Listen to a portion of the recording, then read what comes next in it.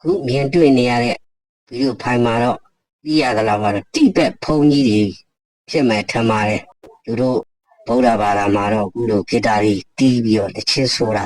တွေ့ရပါတယ်မြန်မာနိုင်ငံမှာတော့ဒီလိုရဟန်းတန်ကနေပြီးတော့ဂီတာတွေတီးတချင်းဆိုရင်ဝမ်းဝင်ပြီးတော့ပြောကြတာဖြစ်ပါတယ်ဒါကရဟန်းဝင်ဒီသိက္ခာပုဒ်တွေနဲ့မညီပါဘူးဒီဘက်ဘုံကြီးဘာသာမှာတော့ဘလို့သတ်မှတ်ထားတယ်တော့မသိဘူးဗျာမြင်ရတဲ့မြင်ဝင်ကတော့မြင်လို့မကောင်းတာတော့အမှန်ပဲဗျာကဲဘလို့တိခတ်ထားလဲဆိုတာဒီချာနားထောင်ကြည့်လိုက်အောင်ဗျာ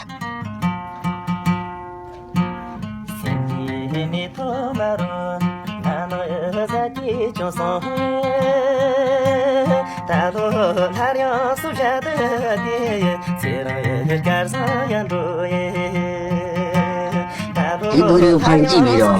မိတ်ဆွေတို့မြင်လေးတွေကိုလည်းပုံမှန်မှာဝင်ရောက်ဆွေးနွေးအကြံပေးတော့ပါဦးနော်